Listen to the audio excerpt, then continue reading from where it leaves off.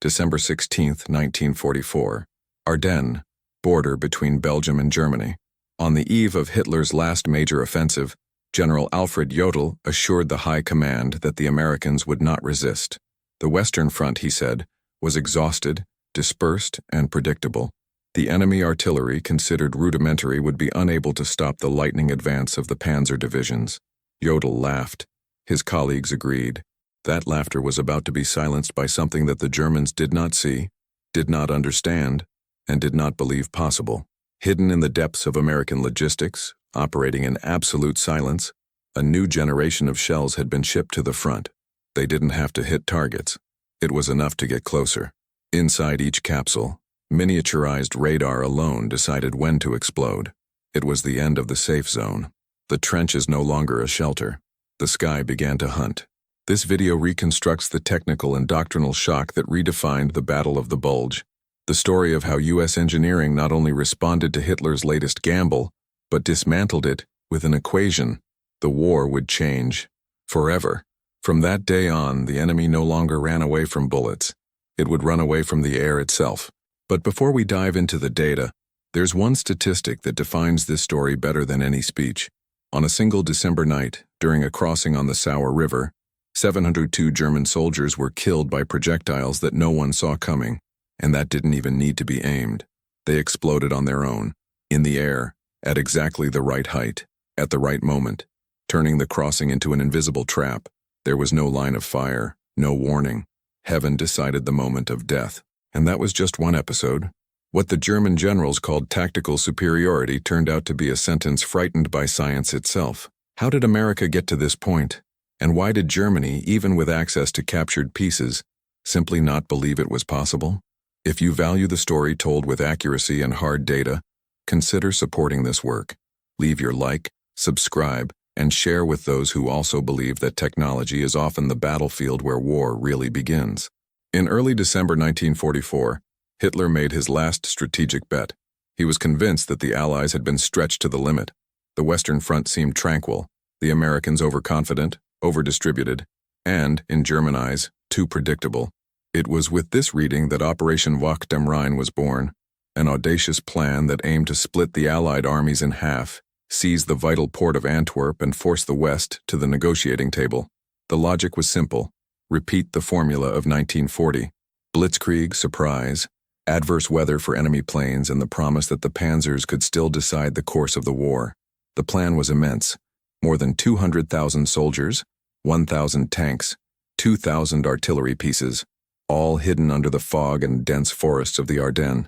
For German generals, it was an epic reenactment of the glorious past, the chance to turn the tables with a single blow. But this belief stemmed from an illusion that the United States was still the same hesitant enemy as in 1942. They weren't. Within 2 years, America had done what German doctrine feared most: transformed industry into brute force, engineering into lethality, science into tactical advantage. While Berlin bet on tanks and maneuvers, Washington invested in electronic miniaturization, sensors, and automated logistics. It was a kind of war that was not seen, but felt. And above all, that it could not be stopped.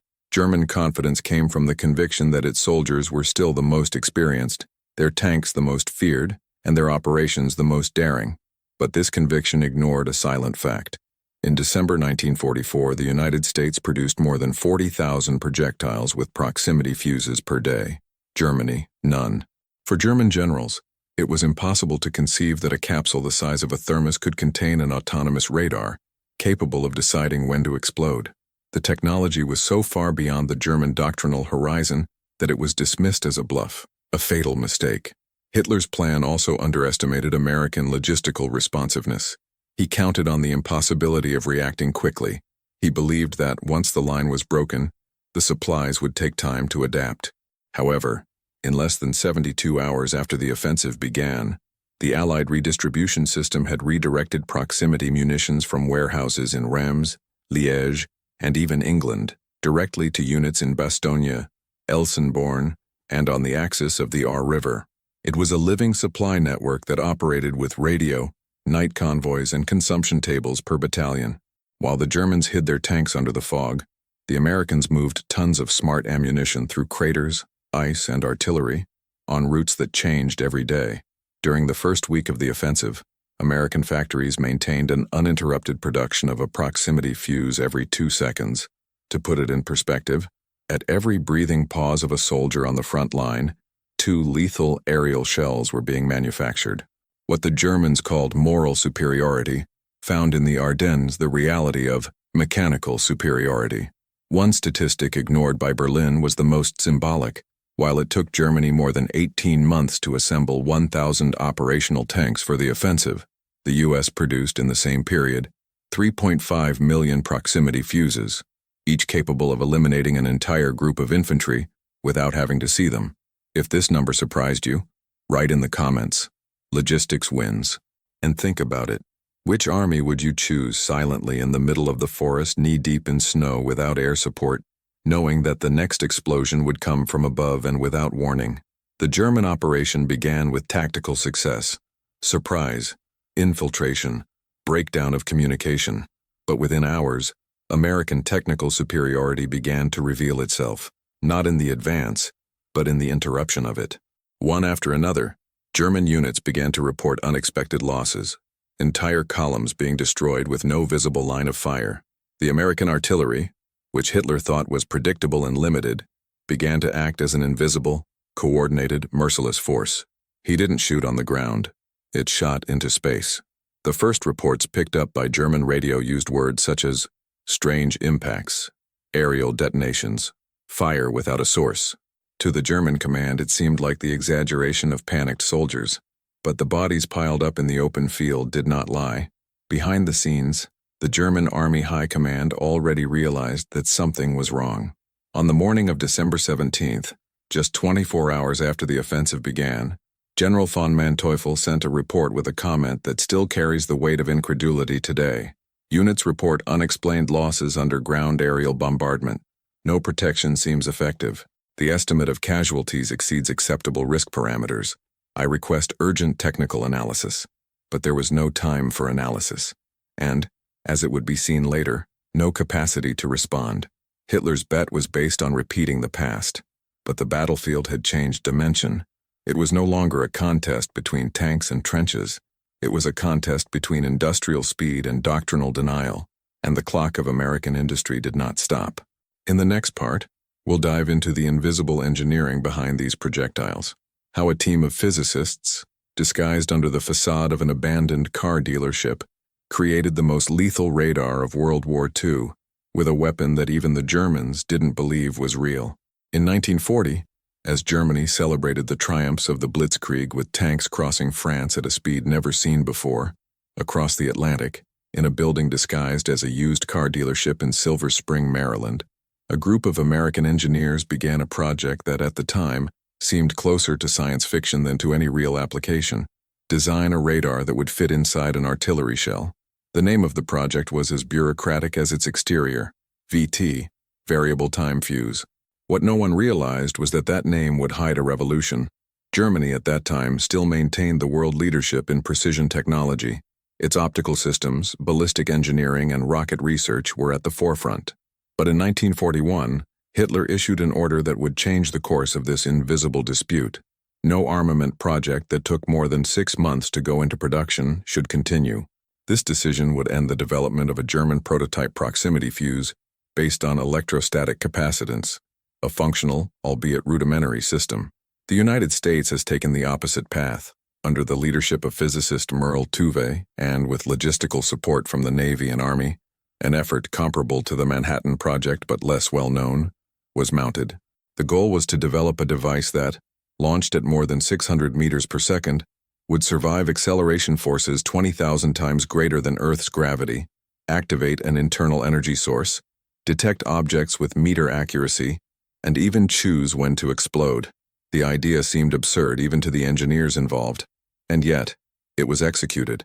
Each fuse contained a miniaturized radio transmitter that operated between 180 and 220 megahertz, emitting electromagnetic waves throughout the flight. When the projectile approached an object, whether soil, tree, or human body, the reflected signal returned with increasing intensity. The key was at the right moment.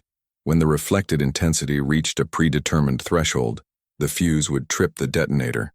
It was a decision made in mid-flight, in milliseconds, with reliability of more than 80% in the field. The most critical component was the power source. To power the radar in flight, a battery was developed that only activated at the moment of firing. The brutal acceleration crushed an internal capsule containing liquid electrolyte, initiating the chemical reaction. This impact activation system was such an advanced innovation that it is still studied in military engineering today. Even more impressive was the electronic heart of the operation. Miniaturized vacuum tubes, created specifically to withstand extreme vibrations, axial rotation, and thermal variations ranging from 3,000-degree heat at the cannon's muzzle to freezing at high altitudes. Each tube was the size of a pencil eraser, but it accurately reproduced the systems used in room radios. The secret? Internal shock absorbers and weldless mounting that absorbed the initial shock. The technical result was so sophisticated that, in capturing intact American projectiles, German engineers initially believed they were facing a magnetic detonation system, or worse, a bluff with fake components. They could not conceive that those small glass cylinders could work inside a shell fired at 800 km/h. Such was the incredulity that, even after analysis, many German reports recommended ignoring the device as a distraction. It was easier to doubt what was possible than to accept the change in the rules.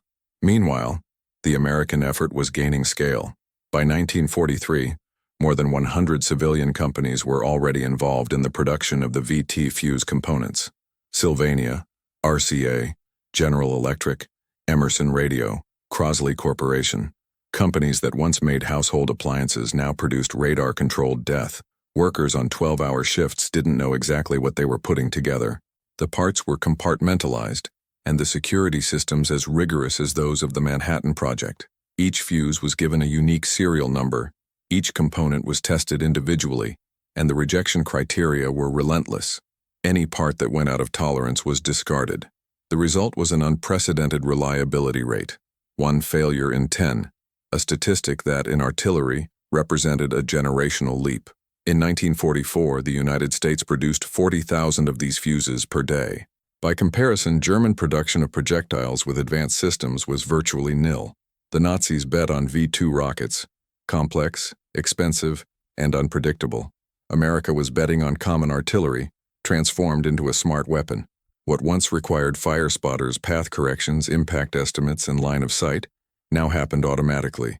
The projectile adjusted, exploded at the sweet spot, and multiplied its lethality by 5 to 10 times.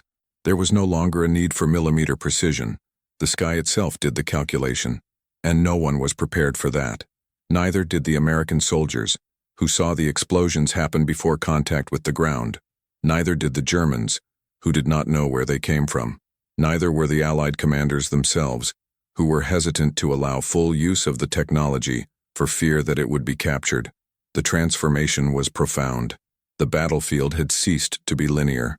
Now it was three-dimensional, sensitive, and automated. War was no longer just about strength and position.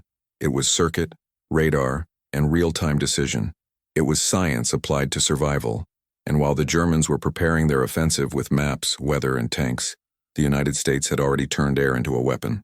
But how did this technology get out of the hands of engineers and onto the battlefield? And who had the courage to break orders to use it for the first time? In the next part, we will meet the commander who, without permission, triggered the most secret weapon of the Allies and changed the course of the war.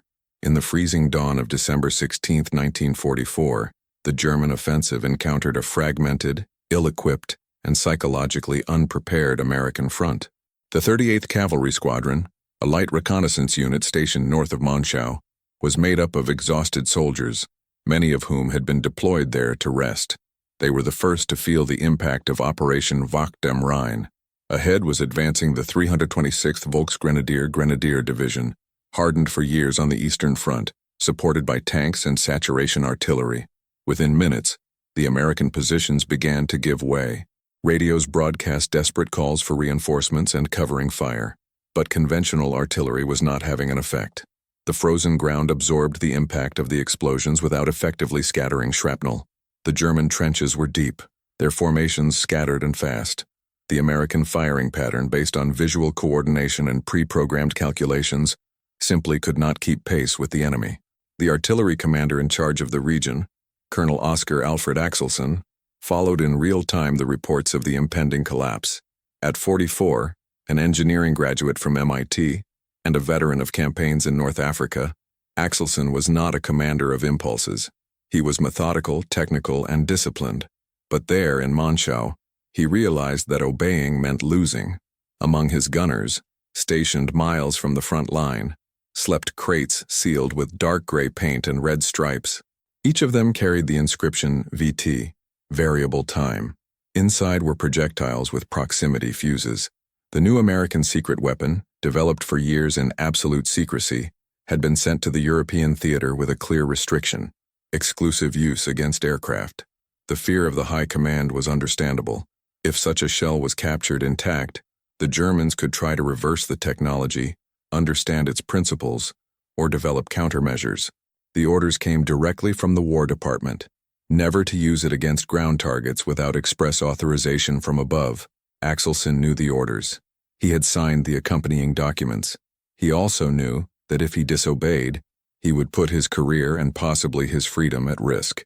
But at that moment, in the face of the collapse of the line, the administrative codes ceased to matter.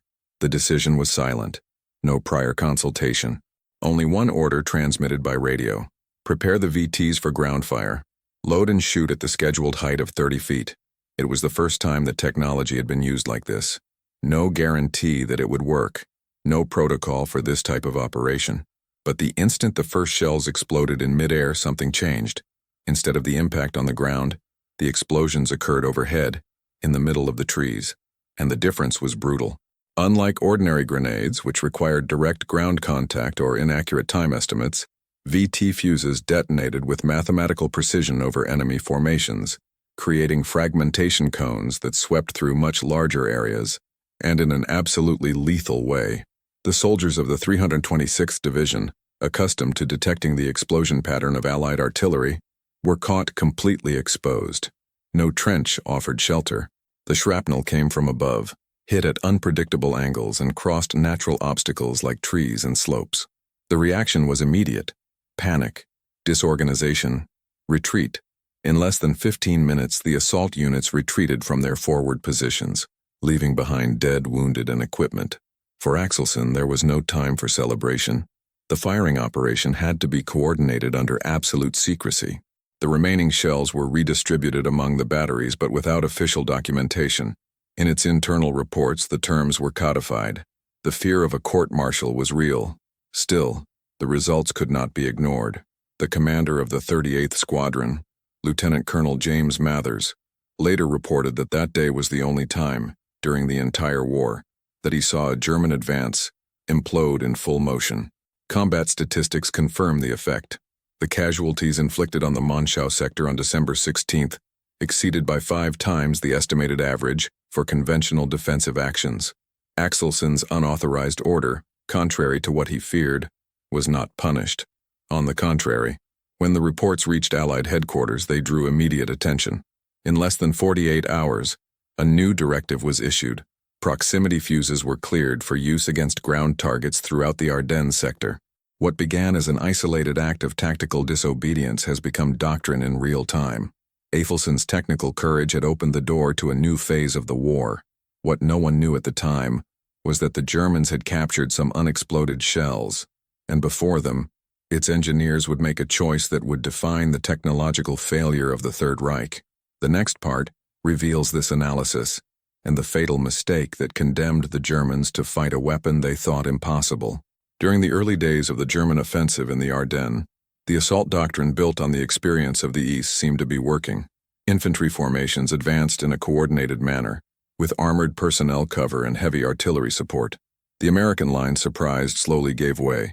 But what the veterans of the Eastern Front did not know, and were not prepared to face, was that the sky above them had ceased to be just atmosphere. Now, he was an active part of the battlefield. On December 18th, in the vicinity of Krinkelt, the U.S. 406th Artillery Group began systematically applying projectiles with proximity fuses to areas of dense forest. The result was immediate and devastating. The explosion, which previously needed to impact against the ground, now occurred between 30 and 50 feet above the target, releasing a cloud of conical shrapnel, covering an area much larger than that of a conventional projectile.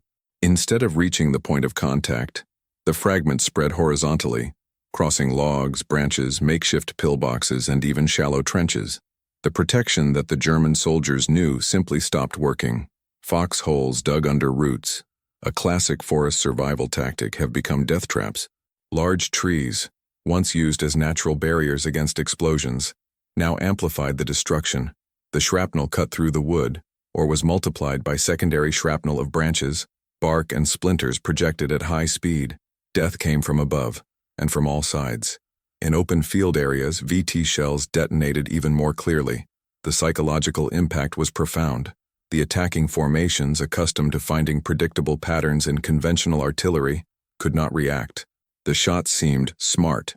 The explosion came just when the cluster was most vulnerable. There was no time to regroup. There was no shelter to prevent it. An intercepted letter from a German soldier captured on the outskirts of Hansfeld reads, "The explosion came from above as if it knew where we were. I saw men falling without a sound.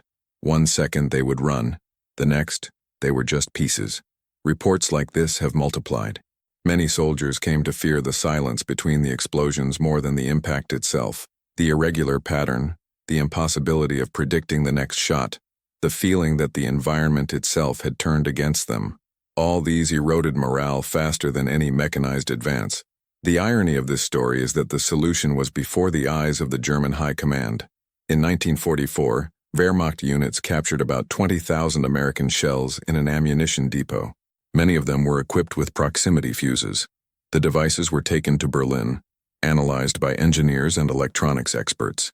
And even with the vacuum tubes working, with the empirical evidence of how they worked in combat, the verdict was skeptical. Impossible. The Germans simply refused to believe that such technology could survive the acceleration of artillery fire.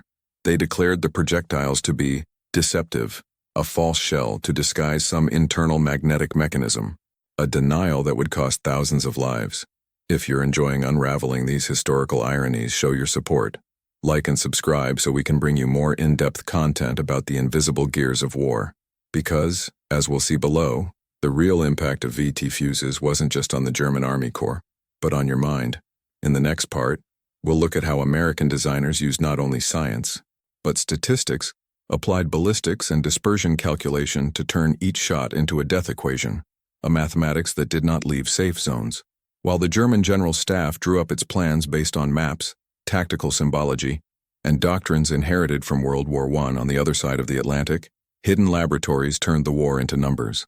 The proximity fuse, officially VT, was actually a calculating machine.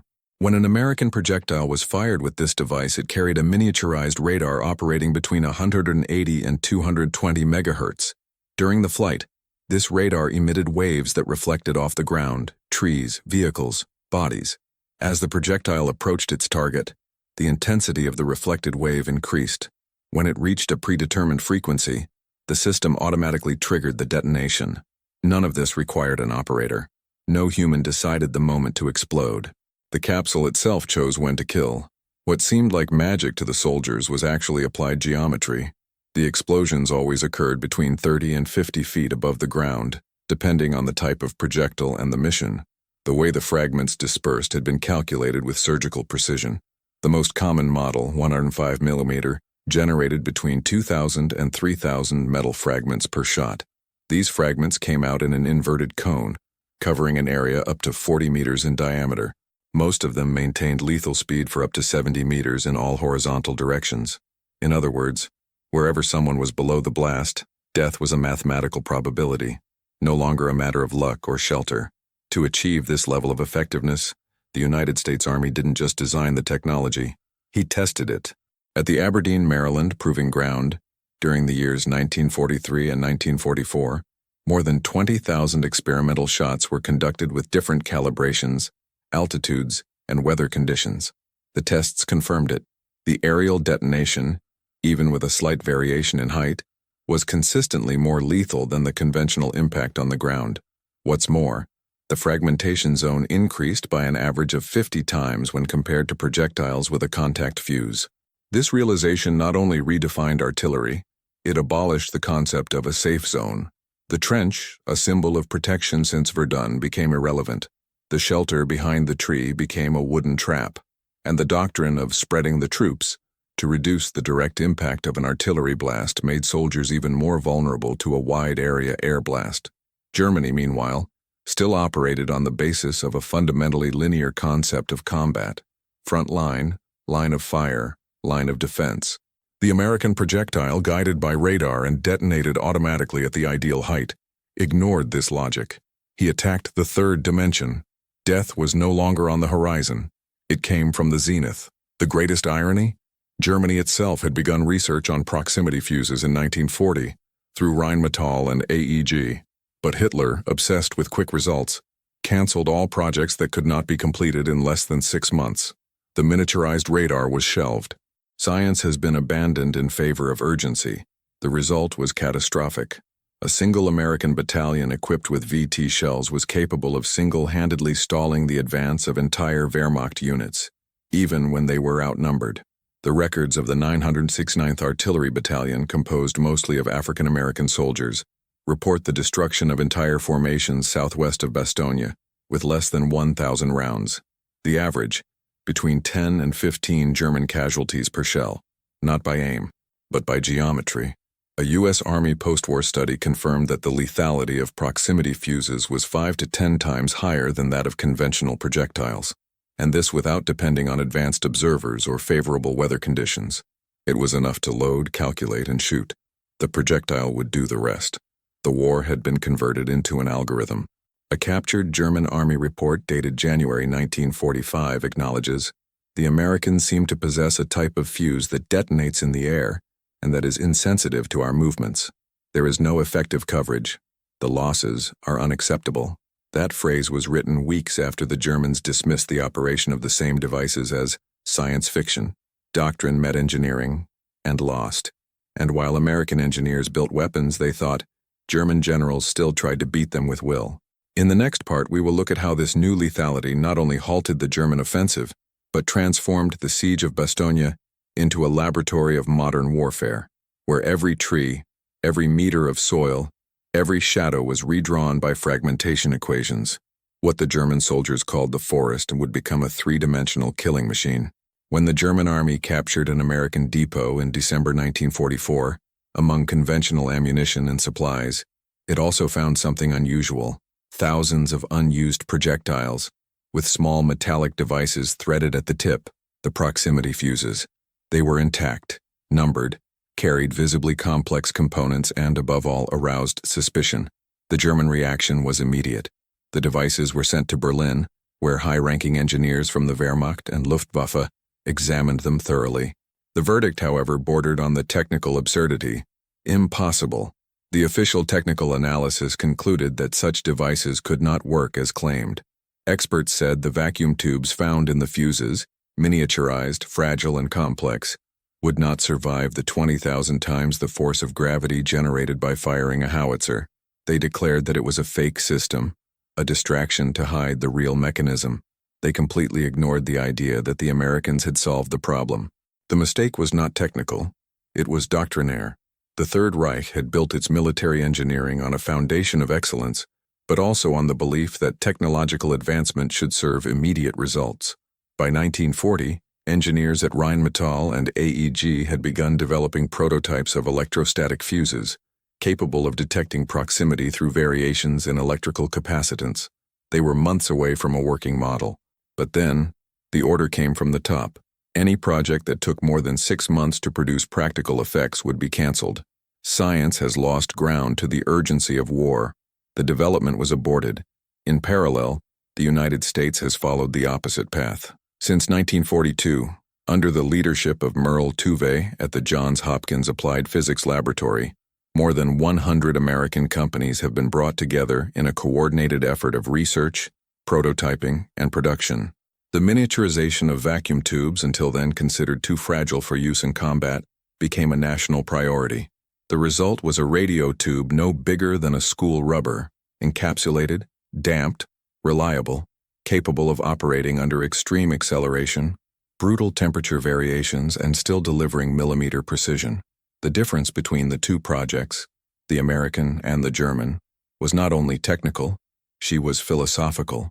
While Germany hoped for short-term solutions to lightning victories, the U.S. was betting on long-term investments for a protracted war. American success was born of a sustained industrial faith, believing that it was possible to create a killing machine as accurate as a scientific instrument. The irony of the story becomes even more acute when one considers the testimony of Hermann Göring himself after the war. In questioning, he admitted that the German prototypes of proximity fuses, cancelled in 1941, were only 3 or 4 months away from mass production, and he added, "If we had produced them, we would have won the Battle of Britain." But in 1944, when American shells began to explode in the air with mathematical precision, the conclusions of Nazi technical intelligence were denialist. Reports claimed that the Americans were pretending to have a technology that was not possible to create with existing materials. It was easier to believe in bluffs than to accept the opponent's superiority. Such an error of judgment would be costly, very expensive, because while Germany denied the possibility of such devices working, the Americans were already producing them at a rate of 40,000 units per day. This speed of production was only possible because American industry had completely restructured itself for this task. RCA, Sylvania, Emerson Radio, General Electric, all abandoned their civilian lines to manufacture military components, especially the electronics needed for fuses. Each device was tested individually, each component inspected under magnifying glass. The failure rate was less than 1%. It was engineering made for total war, and this production machine was not an airtight secret. VT-fused projectiles began to appear in various sectors of the European front, always following the same pattern: shock, confusion, collapse.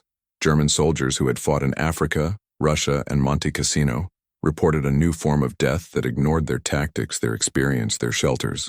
Nothing worked against her. General Hasso von Manteuffel himself, commander of the 5th Panzer Army, stated years later, "American artillery was the terror of our soldiers, especially the shells that exploded in the air. They caused panic, even among the veterans. This panic was fueled by a deep frustration. They didn't know what they were up against, and worse, they had been trained to believe that there could be no such weapon. German doctrine had not only failed, she had refused to evolve. Science, when guided by haste and arrogance, becomes myopia.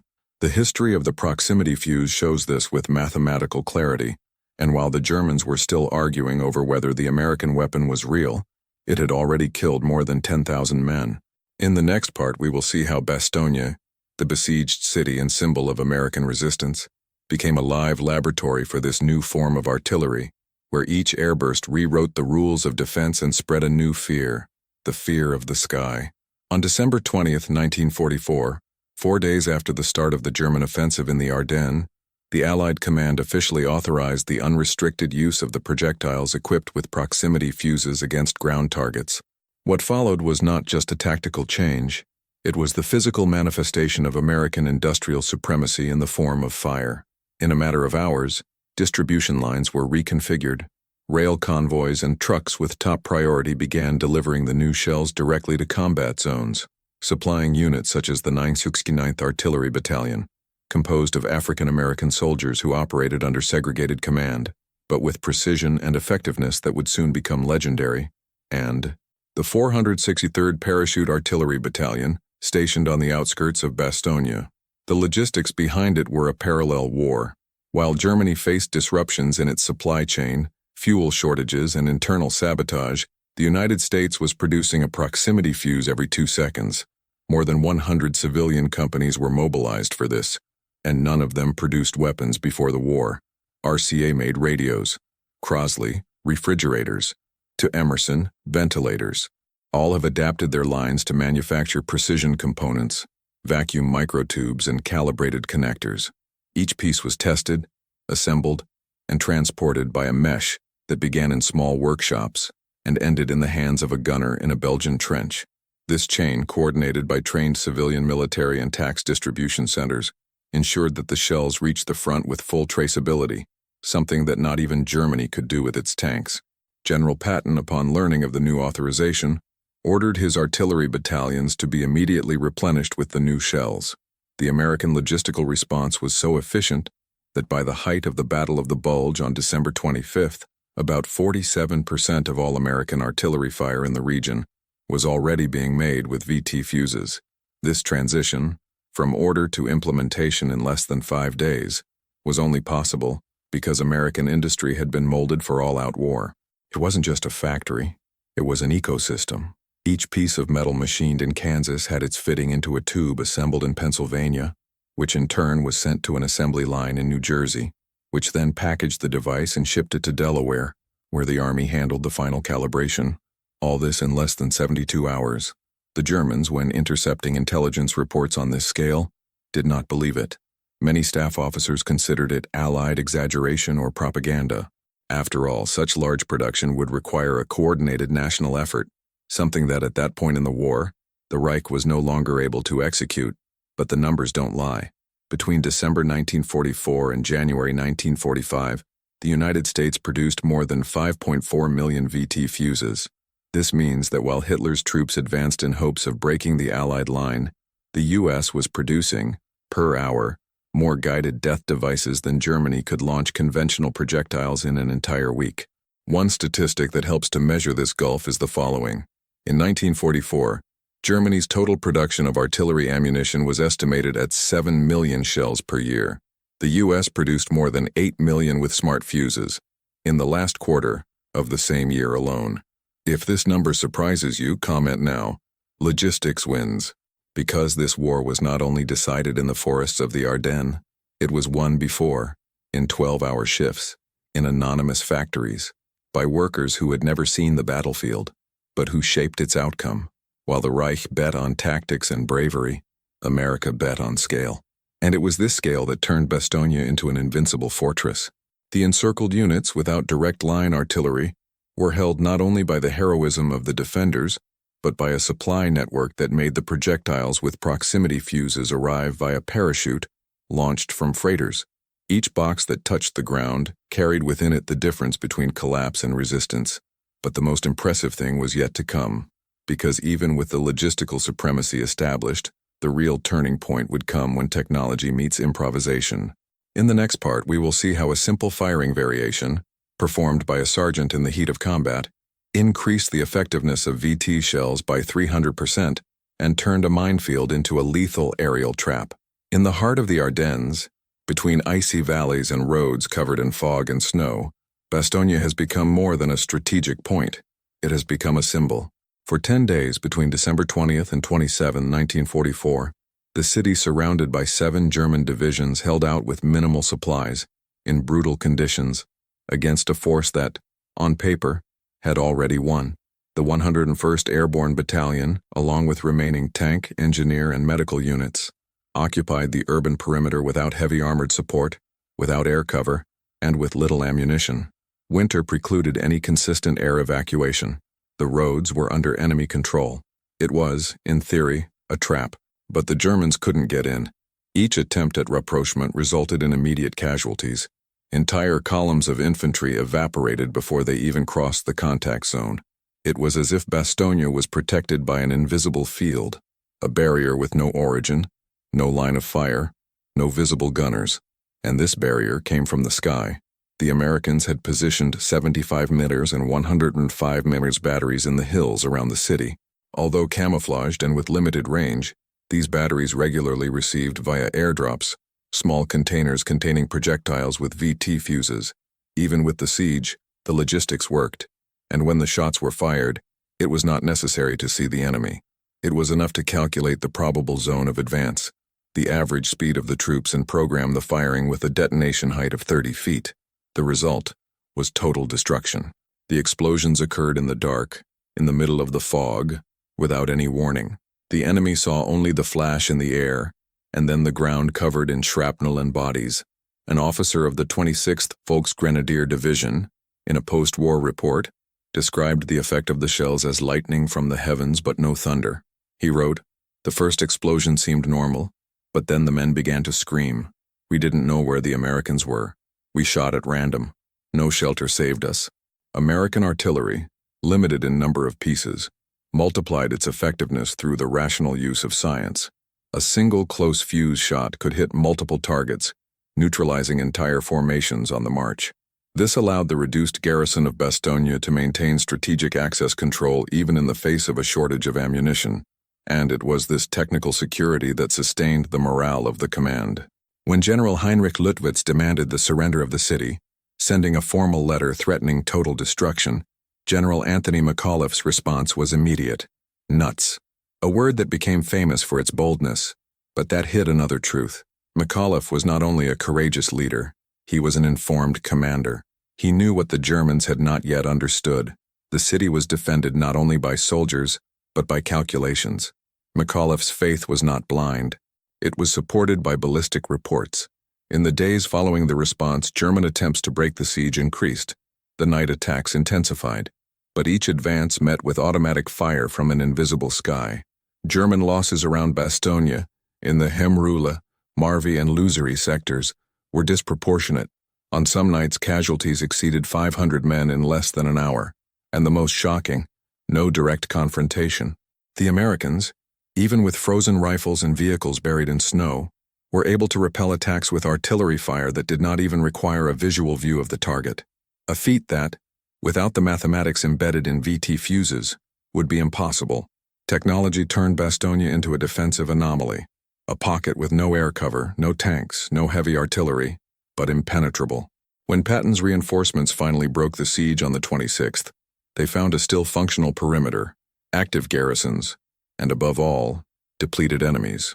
Bastogne had resisted for 10 days, not because he outnumbered the enemy in strength, but because he overruled his doctrine with science. And this science did not come from generals or poster heroes.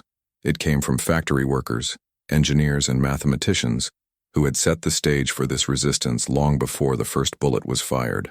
And while the Germans were burying their dead, still trying to understand what had hit them, the Americans were already preparing the next step, using this same technology to clean entire valleys in minutes. In the next part, we will look at how the fusion of radar, fragmentation, and dispersion calculation allowed U.S. artillery to turn the Ardennes forest into a suspended minefield, where each tree became an execution tower. On the night of December 25, 1944, as the Christian world celebrated a silent Christmas under the shadow of war, a battalion of the 276th Volksgrenadier Division crossed the banks of the Sauer River, attempting to outflank American positions south of Echternach. The temperature was below freezing, the fog crept in like a natural curtain, and the darkness offered, in the eyes of the Germans, the best of protections: anonymity. Soldiers walked slowly among banks of hardened snow, protected by dark silhouettes and the certainty that American artillery was blind at night. But they were wrong.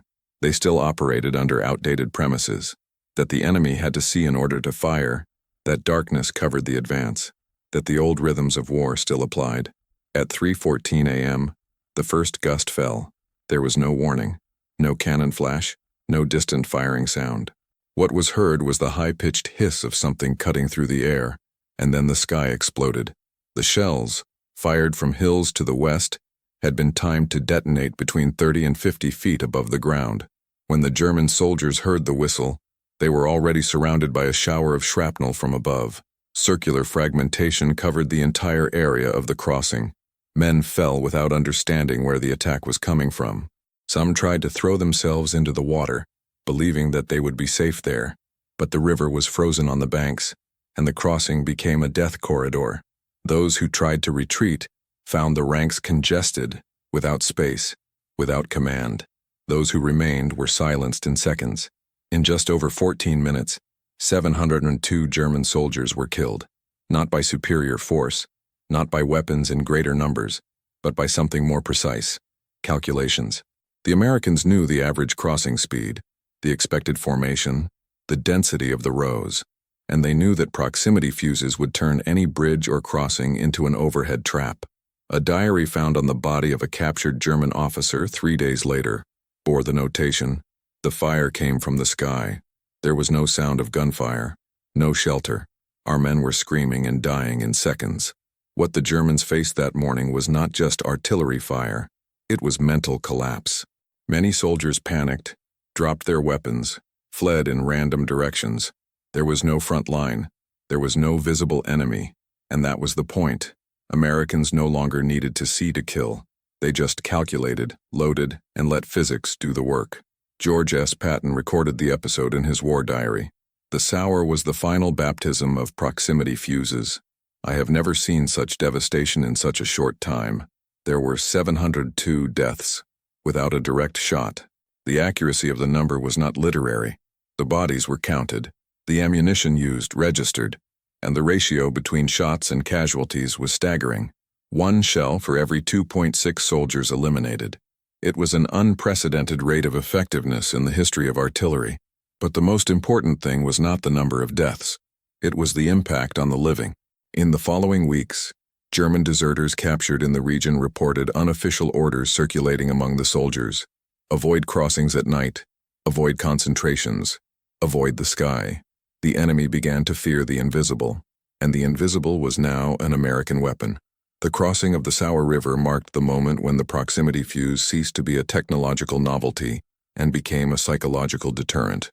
The German doctrine, built on mobility, infiltration, and surprise, was beginning to fail at its strongest point, because now, even the most discreet advance could be intercepted by algorithms, and each advance could be stopped by a simple altitude calculation. In the next part, we will see how this new psychological domain reconfigured the behavior of Wehrmacht field officers, and how, faced with the impossibility of reacting, many began to lie in their reports, hiding the existence of a weapon that had already changed the nature of warfare. For generations, campaign manuals have taught, the forest protects. From Caesar crossing Gaul to the trench fighting in World War I, the forest was refuge, cover, invisibility. The Ardennes, with its dense trees, rugged terrain, and limited visibility, had been chosen by Hitler not only for geographical surprise but for the tactical promise of natural protection. The camouflage among logs, the movement hidden under low fogs, and the possibility of preparing silent ambushes made the forest an ally, until the day the trees started killing. From the systematic use of proximity fuses, the logic of the terrain was subverted. The German formations, which advanced under the protective canopy of the conifers, became ideal targets. The Americans had discovered that firing the howitzers with VT fuses inside the forests produced a lethality multiplier effect. When the projectile exploded above the treetops, it didn't just launch metal shrapnel. The pressure of the explosion turned branches, broken logs, and wood chips into secondary projectiles. It was like turning every tree into a living grenade. Fragments of bark cut through soldiers like blades. Wood lasers hit harder than metal shards, and at unpredictable angles. The circular fragmentation became spherical. Gravity there seemed suspended. The Germans began to fear what they did not see, the sky between the branches. No doctrine foresaw that. The shallow trenches under roots, once a sure shelter from mortars, became traps. The noise of the air impact was fractional, dispersed, but the effect was total. A single shot could shoot down dozens of men in a few seconds. In testimony recorded by Allied counterintelligence after the war, soldiers of the 12th SS Panzer reported the feeling of being surrounded by a swarm of invisible blades. A corporal in the 560th Volksgrenadier said, "Before, we were afraid of crossfire. Now we are afraid of the treetops." It was a new, primitive fear, without reference. And this is what gave the Americans an unexpected moral advantage. Their soldiers were already instructed in the use of fuses and knew their effects. The Germans, on the other hand, were facing physics they did not understand. The forest is no longer an environment. It has become a trap in 3 dimensions. Lieutenant Colonel Henry B. Saylor, in charge of ammunition logistics for the Third Army, noted that VT fuses were redefining enemy behavior. He noted in a confidential report, "We no longer need to aim at the soldier. We look at the environment that surrounds him, and this environment finishes the job." From the ballistic point of view, the efficiency of the shots increased by up to 230% when made over a forested area. Fragmentation was magnified, targets were more exposed, and the very structure of the terrain, previously allied with the enemy, served as an amplifier of the impact. This new spatial reading caused ruptures in German planning. The marching orders began to be modified in a hurry. Advances through densely wooded areas were cancelled. Troops began to be moved into open areas, completely contrary to the principles of the Wehrmacht's doctrine of discreet infiltration. A German major, captured near Hufales, confessed that he had ordered the withdrawal of his entire company from a perfect ambush zone because no one wanted to enter that accursed forest. The power of proximity fuses was not only in the explosion, it was in the psychological inversion. What he once protected now killed. What's more, it was impossible to predict the moment of impact. The absence of an audible warning before the aerial detonation generated paralysis. Reconnaissance patrols ceased. The opposing artillery, not knowing where to aim, began to save ammunition. The forest itself had become an enemy, under American command. And this was not a propagandistic exaggeration. The effectiveness of U.S. artillery in the Battle of the Bulge, supported by VT fuses, was so significant that by the end of the campaign, 41% of German casualties in the region were directly linked to artillery, not direct combat, an unprecedented proportion since the beginning of the war. And as the panzer divisions tried to reorganize their advance along the edge of the forest, reports from patrols indicated entire areas abandoned, equipment thrown away, helmets on the ground, boots stuck between roots, soldiers who had fled without a fight. Geography no longer obeyed maps. He obeyed science, and this science had been predicted, tested, and applied by the United States years in advance. Every shot that exploded over the Ardennes canopies was the result of calculations carried out on the desks of civil engineers, many of them university professors who had never held a gun. The war was now won by those who dominated space, but not the space of the ground, but the volume between the ground and the sky. And it was in this interval, of a few meters, that the Wehrmacht lost its historical advantage of movement and surprise. In the next part, we will see how this silent aerial dominance also broke with the belief in individual heroism, and how the largest German elite formations were reduced to numbers by an intelligence that did not even wear uniforms. As the skies of the Ardennes exploded in invisible flashes that swept across entire forests across the Atlantic, on silent, rigorously compartmentalized assembly lines, thousands of civilian hands built, piece by piece, what history would call intelligence embedded in steel. They did not wear uniforms, they did not receive medals, but they held the fate of the war in their fingers, without even knowing it. In the city of Cincinnati, the Crosley Corporation, once known for its desktop radios, had been transformed into a production line for electronic components. There was no advertising, no commemorative plaques, just long rows of women, many of them single mothers or soldiers' wives at the front, setting up tiny devices under artificial light. Most of them never knew what they were building. The only instruction was clear. This equipment saves lives. Be precise. Each proximity fuse required 130 pieces, thumb-sized vacuum tubes, hand-adjusted resistors, sensors calibrated on wooden tables with analog instruments. The error tolerance was less than 1/10 of a millimeter. A single misalignment rendered the projectile useless. Therefore, each unit was tested manually, one by one. Emerson abandoned fan production to focus on electromagnetic coils. General Electric adapted its consumer divisions to manufacture capacitors. Each company, once focused on domestic comfort, now operated as a cog in the wheel of lethal precision. They worked in 3 shifts, no breaks, no vacation. In some factories, such as in Camden, New Jersey, shifts overlapped. Night shift workers slept on beds set up in the cafeteria itself. The secrecy was total. There was internal censorship, Army agents circulating between sectors and training that taught them never to discuss what was done, neither at home nor with colleagues. Anyone who asked too much was transferred. Those who made mistakes started from scratch. The atmosphere was one of mission. But what united these people was not just patriotism. It was the awareness that there was a greater urgency. There were handwritten notes taped to the walls of the factories with phrases like, "Every piece here saves one of us there." A Western Electric employee interviewed decades later revealed, "I never knew it was for ammunition, but I prayed with every piece I tested. I prayed that it would work." In 1944, American production of VT fuses reached the mark of 40,000 units per day. For comparison, Germany failed to produce more than 300 similar devices during the entire war. That's right, 40,000 against 300. If this difference impresses you, comment now. Absolute power. Because this was not just a victory for science, it was a victory for scale, for routine, for persistence, and all of this operated by ordinary people.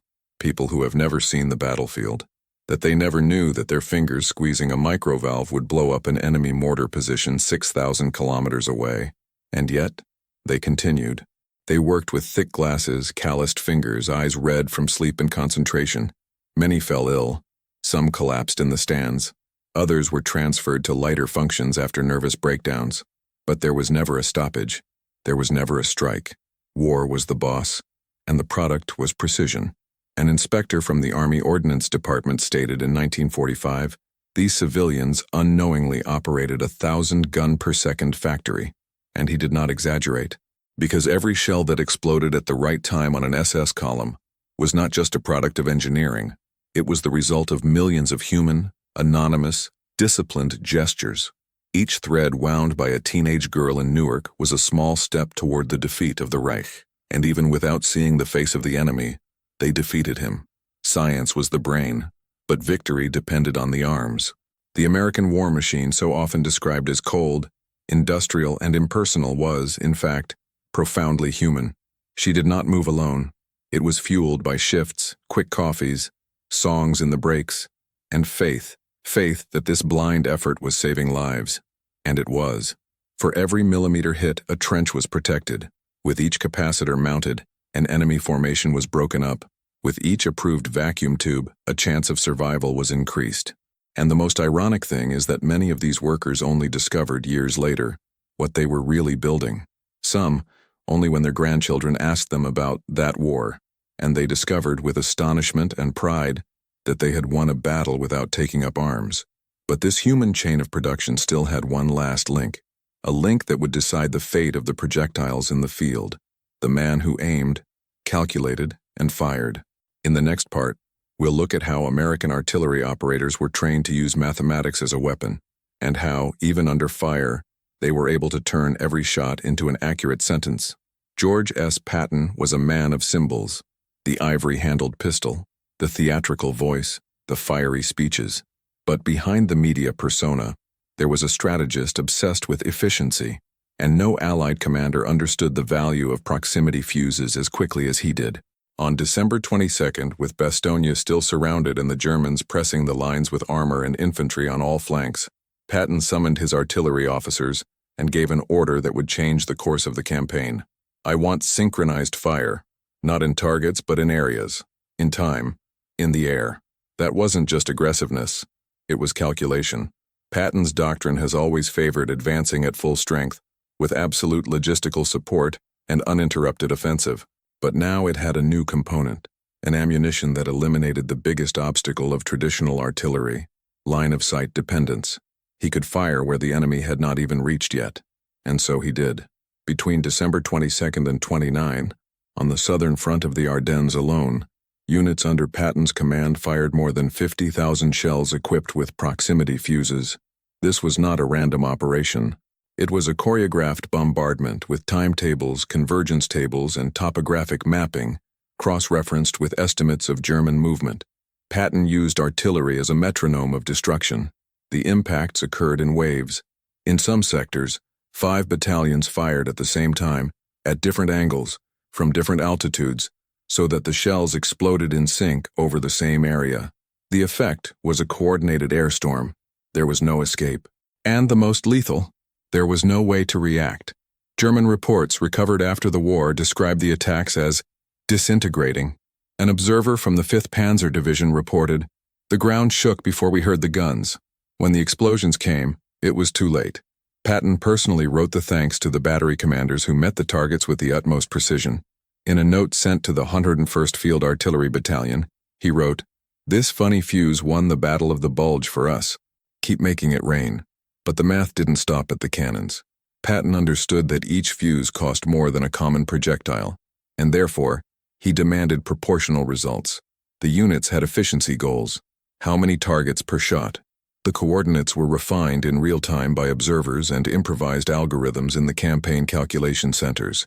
At some points, the Americans were performing statistical impact regressions to reposition the pieces with each new wave of shots. It was a mathematical war, and Patton was the conductor. The destruction left visible traces, entire fields where vegetation seemed to have been uprooted by invisible claws. Vehicles burned under broken branches, bodies arranged as if they had fallen at the same time. The timing was so precise that, according to testimonies, the shock waves killed even before the soldiers realized they were under fire. And as the Germans tried to reposition their troops, their communications also collapsed. The blast waves interfered with the cables and radios, isolated troops without command, formations decimated without contact. A lieutenant of the 18th Volksgrenadier, captured on 30th December, confessed, "We thought they had surrounded us, but then we saw that no one had come closer. It was just heaven." This illusion of total encirclement, even when there were no ground troops involved, became one of the most efficient psychological weapons of the entire campaign. Fuses didn't just kill, they lied. They created the feeling of American omnipresence, and that, in a morally depleted war, was devastating. From a logistical point of view, the operation was an achievement. The supply chain ran smoothly. Each division received its lots days in advance, and most impressively, the technical failure rate of the fuses was less than 2%, even under sub-zero temperatures. Under normal conditions, analog electronic systems of the time failed in intense cold. But American engineers had predicted everything: wax sealing, lead shielding, internal heating from the friction of the shot itself. Patton trusted science as he trusted his tanks. And like these tanks, the fuses didn't stop. A forgotten but brutal statistic reveals that between 26 and 29 December, the Third Army recorded more enemy artillery casualties than the entire Luftwaffe in 3 months of campaigning. Germany had bet on the sky with fighter jets. America responded with calculations. And he won. Behind the scenes, German officials were trying to understand what was happening. A Wehrmacht intelligence report sent to the OKW in Berlin mentioned, for the first time, the suspicion that the American projectiles were equipped with autonomous sensors. The document was classified as unlikely, a fatal mistake, because in the meantime, Patton was already planning the next move, a combined bombardment with infantry, using proximity fuses as an initial curtain of fire. In the next part, we will see how this new form of artillery was integrated into the American ground advance, and how each step of the infantry was preceded by an invisible symphony of shrapnel and precision. They marched with what was left of arrogance. The 1st SS Panzer Division Leibstandarte, created as Hitler's bodyguard, was the pride of the Nazi elite. His men weren't just trained, they were indoctrinated, fed since enlistment with the idea of racial superiority, moral invincibility, and tactical supremacy. They had crushed the resistance in Poland, overtaken the Ardennes in 1940, surrounded entire cities in the USSR, but in January 1945, on the Elsenborn ridgeline, this invincibility would evaporate, and it wouldn't be by American tanks, it would be through the sky. The Elsenborn Range, between icy valleys and jagged forests, had become a vital point of defense to counter the eastern flank of the German offensive. The SS bet everything on the crossing. They sent their best regiments, mechanized infantry, armored support, flamethrowers, and night reconnaissance. On the American side, the instruction was simple: hold the position. But the commanders knew that it would not be enough to hold on. They would need to decimate, and quickly. In the early hours of January 2nd, field radars identified mass displacement coming from the southern sector. Within minutes, the batteries of the 406th and 771st Artillery Battalion were activated. The command ordered, "VT fuses, quadrant dispersion pattern." That was no answer. It was anticipation. When the 1st SS men crossed the trail to the ridge, they were met by explosions coming from above and from all sides. Shrapnel hit before the sound. The formations disappeared in seconds. Vehicles were destroyed without direct impact, hit by fragments that entered through the open hatches. On the radio, chaos. No communication lasted more than 10 seconds without interference or shouting. Colonel Joachim Peiper, one of the most feared commanders of the SS, wrote in a report, "We were being attacked by a faceless enemy. There was no front line. There was no position to gain. For 3 days, the SS elite tried the impossible, to advance under an exploding sky. Each hill was a ballistic trap. The trees, already leafless, served as guides for the American howitzers. It was enough to calculate the center of the trail. The fuse did the rest. At many points, SS engineers began digging emergency holes. But even there, shrapnel penetrated from the side. The geometry of death did not respect depth. In a stretch of 600 square meters, 117 bodies were found piled up, some unrecognizable. Soldiers stumbled over the dead themselves. Entire units were disbanded. The 12th SS Hitlerjugend lost more than 70% of its personnel in the first 48 hours. Discipline collapsed. Soldiers abandoned positions, some cried, others collapsed. A corporal from the 2nd SS Company was found in the fetal position, with his ears plugged and eyes closed, unable to continue. It wasn't just death, it was the absence of meaning. Nazi doctrine had taught that courage and will trumped all, but there neither courage, nor will, nor weapons were useful. Death came through the air, without sound, without face, without chance. Chief Sergeant Joseph Mueller, in testimony recorded after the war, said, "I didn't see Americans. I saw flashing lights, branches flying, and men falling. It was as if heaven itself hated us." The phrase became the epigraph in a secret American intelligence report. The morale of the SS was broken by precision. The symbology is important. The SS was not just an armed force. It was ideology in motion. The breakdown of its structure was not just a military setback. It was a psychological, political, quasi-religious collapse. Faith in Aryan superiority, built on propaganda and blood for more than a decade, fell in less than 72 hours, destroyed not by speeches but by algorithms. And if for the Americans that was the result of years of research, for the Germans it seemed like witchcraft. The 6th SS Panzer Division, sent as emergency reinforcement, refused to enter certain sectors of the front after hearing the reports of the 1st Regiment. The maps were covered in red streaks, untraversable area, but there were no mines or tanks there. There was only fear, the belief that heaven already belonged to the enemy, and this belief, in war, kills. The operation ended on January 5th. The crest was retained, and the SS elite was reduced to numbers. Of the 5,600 men sent to the sector, fewer than 1,900 returned fighters. The others were killed, injured, or simply disappeared. Elsenborn Ridge was not just a geographical obstacle. It was the place where one of the most dangerous ideologies of the 20th century met its first complete moral defeat, not by the hands of other men, but by the invisible hand of science. In the next part, we will discover how the German commanders themselves, faced with annihilation, began to doubt reality and suspect that they were facing a weapon that no longer followed the known laws of war. Otto Skorzeny was the face of the audacious improvisation of the German war, the officer who rescued Mussolini from the Apennines, who conceived sabotage in the heart of enemy territory, and who now, in December 1944, commanded one of the most daring operations of the Battle of the Bulge, the Greif.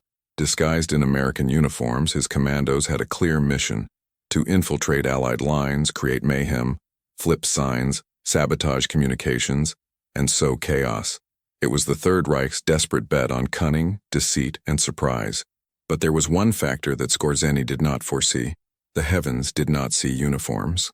When his units crossed the Malmedy region, disguised as military police and communications engineers, the American command had already detected the movement, but not by visual recognition, but by ballistic interception.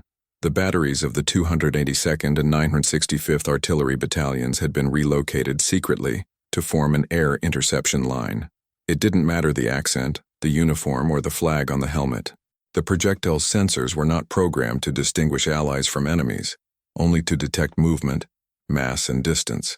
When the SS commandos reached the secondary road of Ligneuville, believing they were in a safe zone, the first burst of aerial fire exploded exactly 6 meters above their heads. The fragmentation was instantaneous. The open trucks, adapted to look American, became death traps. A single shot produced hundreds of shrapnel of steel accelerated to more than 1,500 meters per second. The surprise was twofold. The soldiers were not only discovered, they were destroyed before they could even identify where the attack was coming from. The radio of one of the groups picked up the last seconds before the loss of signal. "It's the sky," is coming from heaven. In less than 7 minutes, 3 sabotage squads had been neutralized. One captured survivor, speaking perfect English, confessed that his team had not even drawn their weapons. They were just crossing over. But radar did not recognize intentions, and the proximity fuses did not wait for visual confirmation. Operation Greif, once touted as one of the most dangerous and ingenious tactics of the Battle of the Bulge, collapsed in its execution. American intelligence, alerted by signs of sabotage and strange movements, had already prepared the ground, not with physical barriers, but with calculations.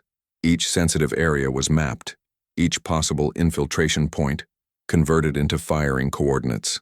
The response was no longer tactical, it was mathematics. The irony of this story is that the solution was in front of them. Scorzani bet on deceiving the eyes.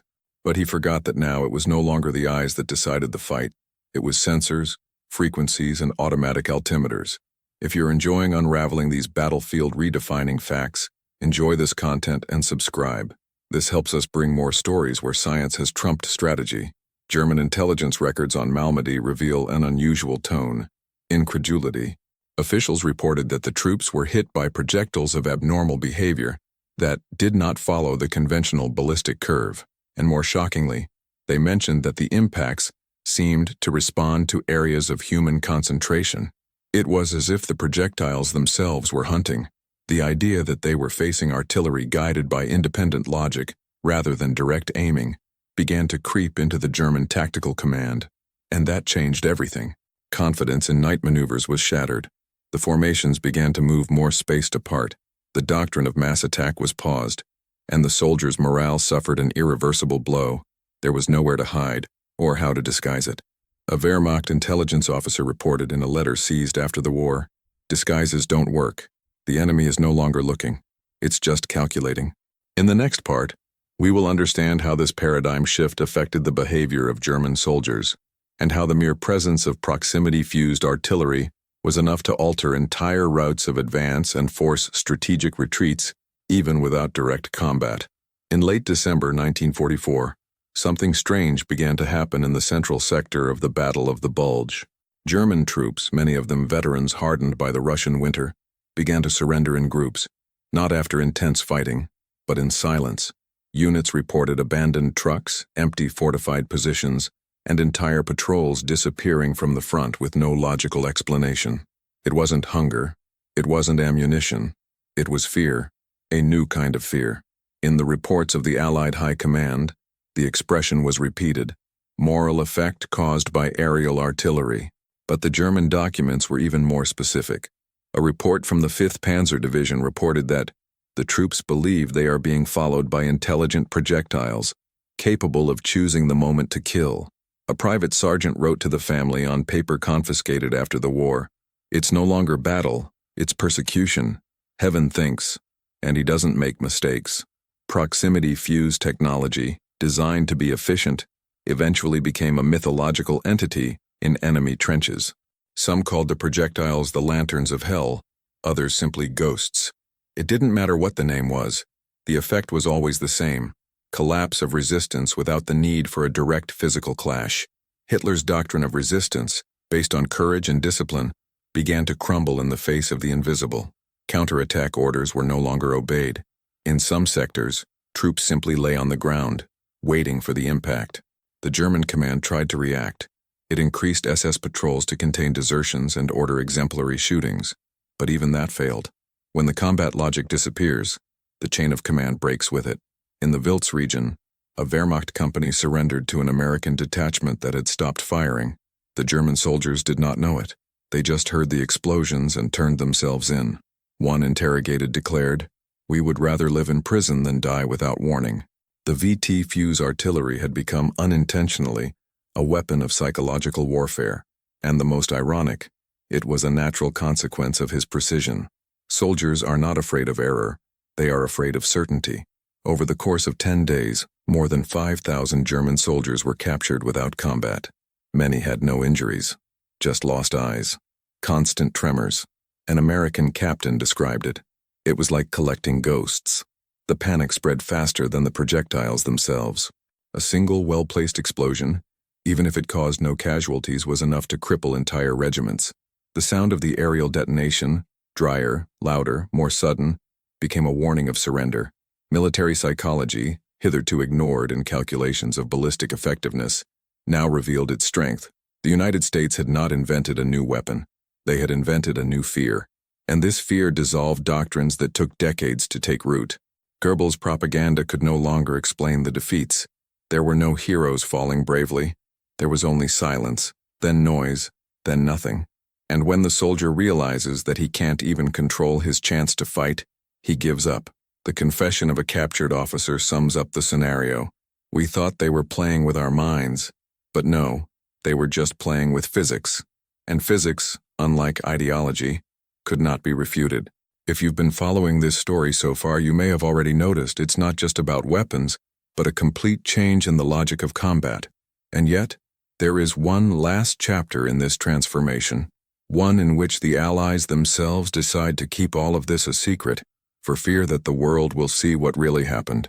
In the next part, we'll go behind the scenes of silence, why proximity fuses have been banned from headlines and treated as a strategic taboo, even though it's the most decisive weapon on the Western Front. In 1938, two engineers from AEG, the German electronics giant, presented the Army with a concept that had been considered speculative until then, a fuse capable of detonating automatically based on the approach to the target. The principle was solid. Using miniaturized valves, electromagnetic sensors, and frequency calculations, they believed it was possible to create an intelligent projectile that did not need direct impact to kill. The Wehrmacht's technical high command was intrigued. The project was named Zunder 44 and received initial funding for research. But in July 1940, an administrative decision closed it. Hitler had established a new protocol. Only armaments with application in less than 6 months would be considered useful for the war effort. It was the triumph of urgency over innovation. The short term won over science. And Germany, which in 1940 was ahead, became a spectator of its own backwardness. The Zunder 44 project was shelved, its components dispersed, its engineers relocated to radio maintenance areas. When the first Allied projectiles with a proximity fuse fell on German troops in 1944, one of the men who studied them was Hans Tiedemann, a former member of the AEG. By analyzing the remains, he recognized the same concept he had drawn years before, but now, applied with a precision that Germany could no longer achieve. Tiedemann's report, now preserved in the Freiburg Military Archive, is an involuntary confession. The enemy used exactly the theoretical framework that we have discarded, but with smaller components, superior packaging, and consistent hands-on testing. We stopped. They kept going. This phrase sealed the abyss that opened up between the two powers. While Germany demanded immediate results and discarded ideas for not delivering instant victory, the United States invested in industrial patience. It took more than 6 years of research, more than 300,000 tests, and 100 companies mobilized for the VT fuse to become a reality. But when it was done, it wasn't just functional. It was dominant. The historical irony is cruel. Germany has abandoned the future because it could not wait. The United States built it calmly, and that future fell on the Germans in the form of explosive steel. The doctrine of the Third Reich, based on speed and shock, revealed its structural weakness. There was no room for long projects. Hitler distrusted scientists. He trusted only what he could see: tanks, troops, thunder. Roosevelt, on the other hand, fed an army of laboratories. War was fought not only on the lines but on the blackboards. Mathematics won over impulsivity. Patience overcame haste. If Germany had stuck to its proximity fuse design, it would have started 1943 with an unmatched impact gun. But he did not, and when he tried to resume something similar in 1944, it was too late. There was no more copper. There was no more manpower. There was no more time. What remained was disbelief. With each air explosion that decimated their formations, German commanders not only lost soldiers, they lost arguments. The empire of the now collapsed before the engineering of the after, and the war, as would become clear in the following months, would not be won by those who ran, but by those who calculated. Tiedemann's last note before his capture by the Americans reads like a technical epitaph: "We had the idea, they had the time." In the next part, we will find out how this technology was protected, with an unprecedented level of secrecy, to the point that some American soldiers died without knowing exactly what they had fired, because more dangerous than the impact of the weapon, it was the impact of secrecy. The first time James Van Allen held a proximity fuse in his hand, he wasn't on the battlefield, but in a hidden lab just outside of Silver Spring, Maryland.